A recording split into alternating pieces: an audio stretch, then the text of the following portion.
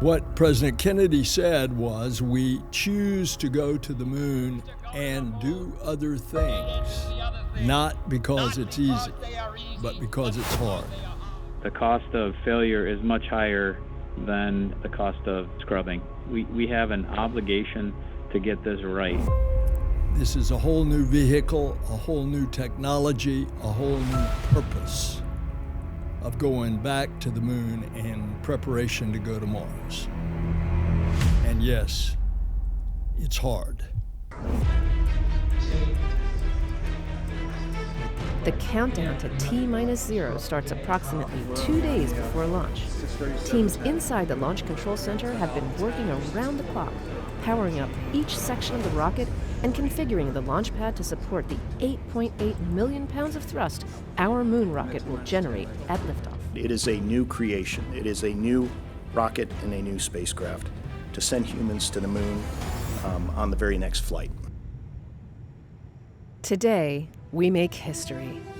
With the launch of the most powerful rocket the world has ever seen, we are taking the first step in humanity's return to the moon. I can tell you there's an energy and there's an excitement around the Kennedy Space Center, I would say, across the agency and all around the Space Coast as we get closer and closer to this launch. This mission will validate that the rocket and capsule do perform as expected before future Artemis missions send astronauts to the lunar surface. We have worked really hard to get here. The team has done an absolutely outstanding job, and we're up to the challenge, and I'm really looking forward to a successful test flight. You are looking at the world's most powerful rocket and Orion spacecraft live on Launch Pad 39B. Artemis 1 embodies the hard work of thousands across the world, determined to explore for the benefit of all. I'm Megan Cruz, and this is NASA astronaut Kayla Barron. When I first walked up and saw the view from the desk here, I was just blown away. This is the moment when it comes to the countdown, and then tension starts, and well, let's cross fingers, everything works well. Tension is rising, and we are fully excited here. Over the past few years, teams have put in thousands of hours, performing simulations and rehearsals to ensure that they are ready for this moment. As our 0 hour approaches for the Artemis generation, we do have a heightened sense of anticipation, and there's definitely excitement amongst the team members. We've noticed just the overall mood and focus within the team is definitely a positive one. Now, with all systems configured correctly, the launch director gives the final go for liftoff. On behalf of all the men and women across our great nation who have worked to bring this hardware together, to make this day possible, and for the Artemis generation, this is for you. At this time, I give you a go to resume count and launch Artemis 1. This mission goes with a lot of hopes and dreams of a lot of people. It's no longer the Apollo generation. It's the Artemis generation. And that brings a whole new world of discoveries. T-minus 50 seconds and counting. The Space Launch System is now counting down to liftoff of Orion on its maiden voyage to the moon.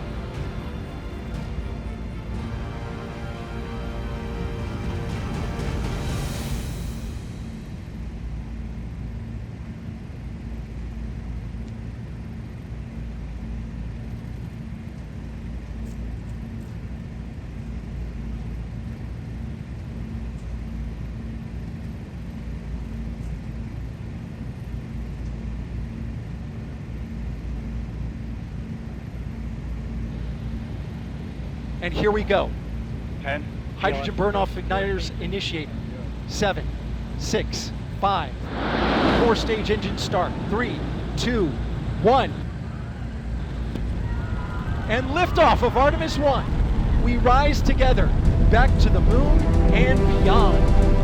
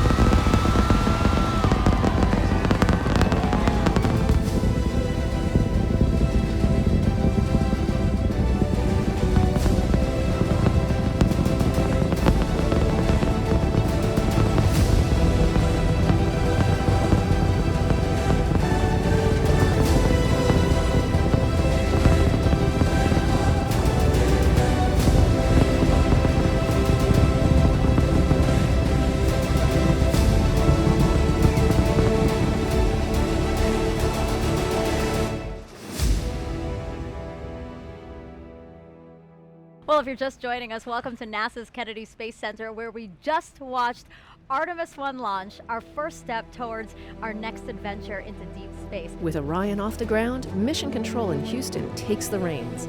Our nation is returning to the moon. And we have worked hard as a team. You guys have worked hard as a team for this moment. This is your moment.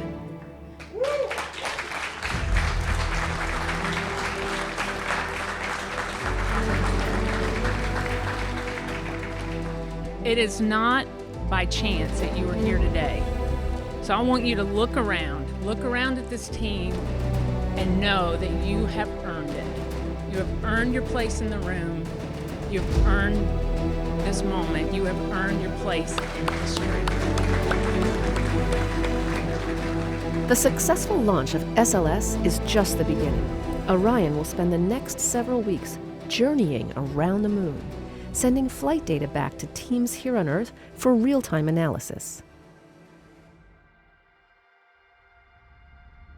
During its mission, Orion reached speeds traveling about 30 times as fast as the speed of sound. This dramatic video of the Earth-Moon transit that took place showed and punctuated the fact that we were pressing away from our home planet to a distance of some 268,000 miles away from Earth, further than any human-rated spacecraft had ever traveled, for a spacecraft designed to return humans to Earth, eclipsing the mark set by the Apollo 13 vehicle back in 1970. After several weeks of flight, it was time for Orion to return home. A half-century later, NASA's newest moon explorer, the Orion spacecraft, is barreling its way back home after circumnavigating the moon and beyond in an elliptical distant retrograde orbit. Now less than 2 hours away from splashing down in the Pacific Ocean west of Baja, California, to complete its shakedown mission.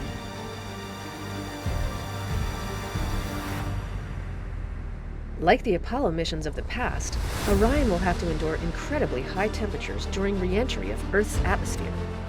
A journey that began with the power of the launch of the Space Launch System 25.5 days ago, about to reach its final minutes in the searing heat of re-entry, where temperatures around Orion will build up to 5,000 degrees Fahrenheit.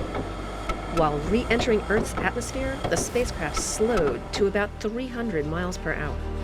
As it continued its descent, Orion's parachute system, containing 11 total parachutes, deployed once it reached approximately 9,000 feet and a speed of about 130 miles per hour. And there it is, high over the Pacific, America's new ticket to ride to the moon and beyond now in view.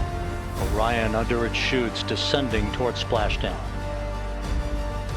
These parachutes help slow the crew module to a much more manageable speed, roughly 20 miles per hour, for a water landing off the coast of California.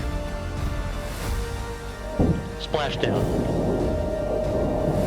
From Tranquility Base to Taurus Littrow to the tranquil waters of the Pacific, the latest chapter of NASA's journey to the moon comes to a close. Orion, back on Earth.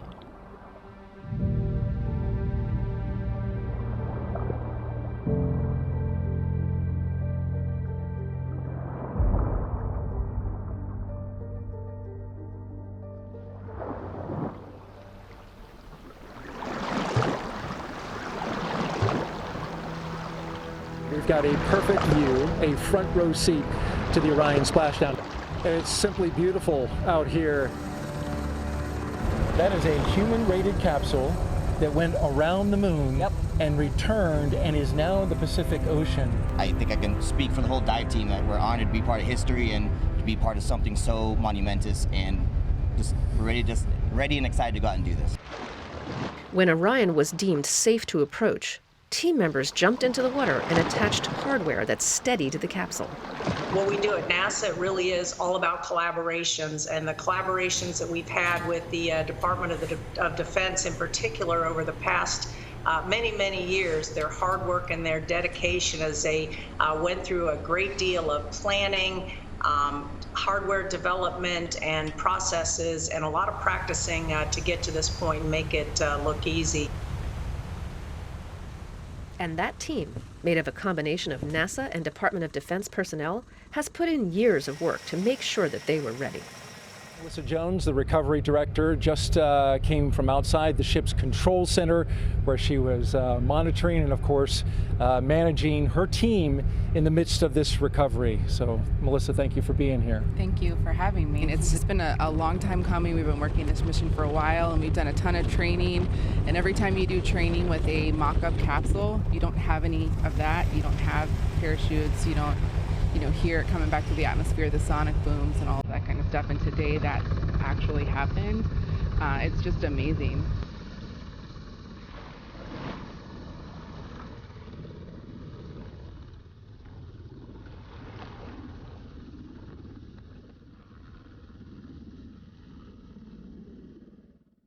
You know, this mission, this spacecraft and this team exceeded all expectations. For the last 25.5 days, we've been every day looking ahead to the next flight to see how we can improve on where we are today so that we can fly a safe and successful mission with our astronauts next time around.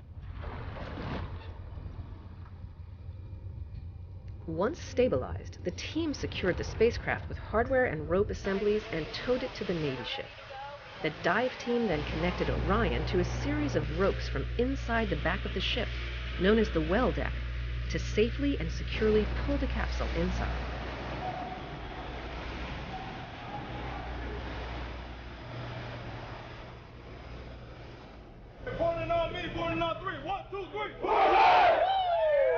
With Orion safely secured inside the ship, teams made their way to Naval Base San Diego, where the capsule was offloaded and prepped for its cross-country trip back to its home base, Kennedy Space Center.